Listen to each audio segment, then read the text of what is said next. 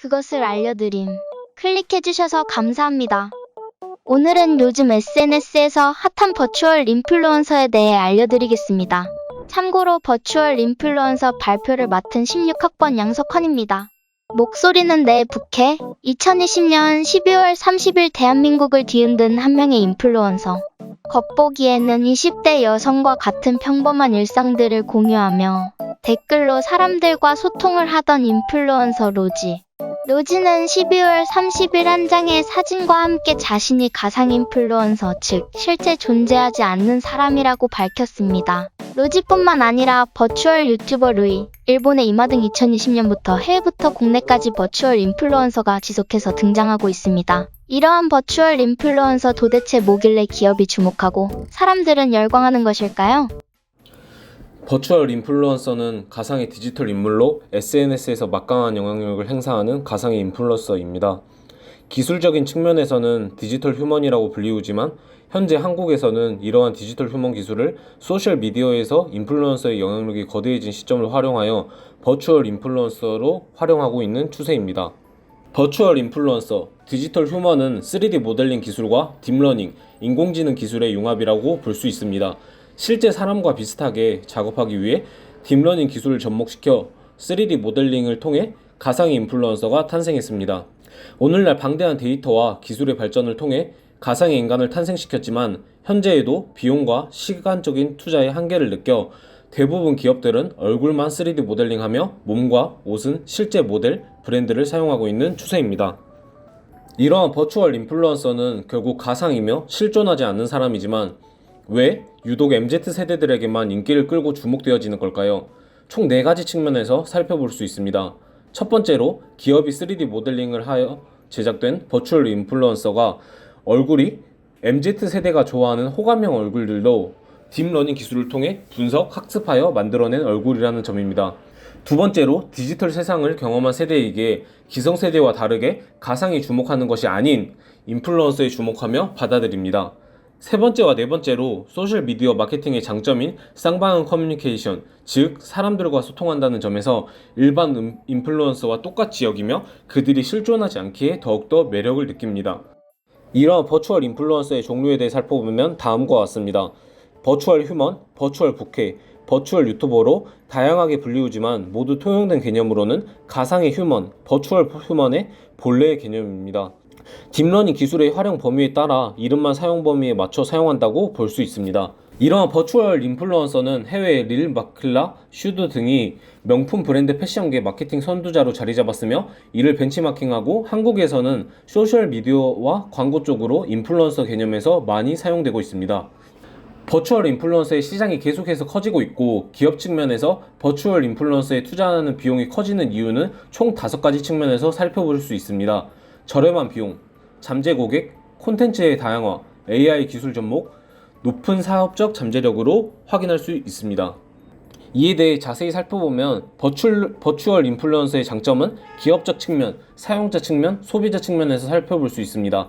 기업적 측면에서 시대에 맞는 맞춤형 구성이 가능하다는 점, 인간의 위기 요소의 부재를 해결할 수 있다는 점, 시공간에 제약이 없고 다양한 창작이 가능하기에 자유로운 확장성이 가능하다는 점입니다. 사용자 측면에서는 외모지상주의 사회 속에서 개인의 프라이버시를 지키며 인간과 결합하여 활용이 가능하다는 점이 있습니다. 소비자 측면에서는 이전에 없던 인플루언서로서 가상의 인플루언서와 소통이 가능하다는 점을 들 수 있습니다. 이러한 버추얼 인플루언서의 단점과 한계력은 크게 3가지로 볼 수 있습니다. 가상에 대한 거부감의 경우 과거보다 완화되긴 했지만 가상 로봇이라는 존재에 대한 거부감은 사라질 수 없다는 점이며 다음으로 지속적인 가치와 진정성의 한계가 존재하고 인간이 아니기에 광고 마케팅 수단에서 감정과 감각의 한계가 존재합니다. 다음으로 버추얼 인플루언서에서 가장 논란이 되는 쟁점에 대해 살펴보면 버추얼 인플루언서는 딥페이크인가라는 쟁점이 존재합니다. 딥페이크는 딥러닝 기술과 가짜의 합성어로 사람의 얼굴에 사람의 일부분 얼굴을 합성시키는 기술입니다. 대체적으로 중국의 차이나는 아이유 닮은 꼴로 인기를 끌었지만 실제적으로 딥페이크 기술을 통해 생성된 가짜 얼굴로 논란을 일으켰습니다. 가짜와 가상의 경계에서 버추얼 인플루언서는 가상이라는 점을 주목하면 딥페이크와는 차별이 된다고 볼 수 있습니다. 버추얼 인플루언서에 사용되는 3D 모델링, 디지털 더블 기술은 소비자들이 좋아하는 호감형, 얼굴을 딥러닝 기술을 통해 분석한 후 가상의 얼굴 자체를 3D 모델링 한다는 개념입니다. 딥페이크와는 달리 몸과 행동 전체 풀 모델링이 가능하며 딥페이크는 합성이지만 버추얼 인플루언서는 실존하는 사람의 얼굴이 아닌 가상의 얼굴 전체를 모델링한다는 점을 업계는 주목하고 있습니다. 하지만 실질적으로 사람의 얼굴로 직접 사용하지는 않지만 딥러닝 기술을 통해 데이터베이스된 실제 사람의 얼굴을 학습하여 제작했다는 점에서 논란이 있으며 가상과 가짜의 구별에 대한 경계의 모호성으로 인해 사회적으로 받아들이기 힘들다는 점에서 기성세대에게는 설득의 무리가 존재합니다. 또한 딥러닝 기술의 발달에 초기 대응의 실패로 딥페이크 악용 사례가 발생했듯 버추얼 인플루언서에 대한 기술적인 측면에서 우려의 목소리가 높아지고 있는 상황입니다. 다음으로 논란이 되는 버추얼 인플루언서의 사람의 부캐로 활용한다는 점입니다. 대표적인 버추얼 유튜버 루이가 만들어진 배경에 대해 영상으로 살펴보면 다음과 같습니다. 저는 유튜브에서만 활동하고 있는 버추얼 유튜버 루이라고 합니다. 안녕하세요. 머리카락, 목까지도 실제 사람이고요. 여기 얼굴만 이제 AI가 새롭게 합성해낸 얼굴이라고 생각을 하시면 될 것 같아요. 세상에 존재하지 않는? 얼굴로 인해서 스트레스를 받고 정신적으로나 심리적으로도 굉장히 큰 영향을 받는 분들이 의외로 많으세요. 지금 언택트 환경이 계속되고 있고 온라인으로만 사람들을 만나고 특히 줌으로 여러 사람과 동일 화면 안에 내 얼굴을 띄워놓고 내 얼굴을 자꾸 객관적으로 보라는 그런 강요를 자꾸 심리적으로 받게 되는 거죠. 그러면서 내 얼굴에 어떤 불만족스러운 그런 것들이 점점 이렇게 올라오는 거예요. 최근 화면 속 내 얼굴을 접할 기회가 많아지면서 외모를 바꾸고 싶어하는 사람들이 생겼는데요. 외모 스트레스 없이 온라인 활동을 할 수 있게 도와주는 게 바로 가상 얼굴 AI의 역할입니다. 근데 얼굴을 가리게 되니까 이제 다른 평가 없이 노래만 하면 되잖아요. 거기서 오는 기쁨을 이제 몸에서 우러나더라고요. 즉, 외모 지상주의 사회 속에서 자신의 프라이버시를 지키며 노래로만 평가받기 위해 등장한 버추얼 유튜버입니다. 하지만 이러한 버추얼 유튜버 속에서 노래로만 평가받는다? 는 점은 논란이 있으며 사람의 부캐로 대체로서 가능할까? 라는 의문점이 존재합니다.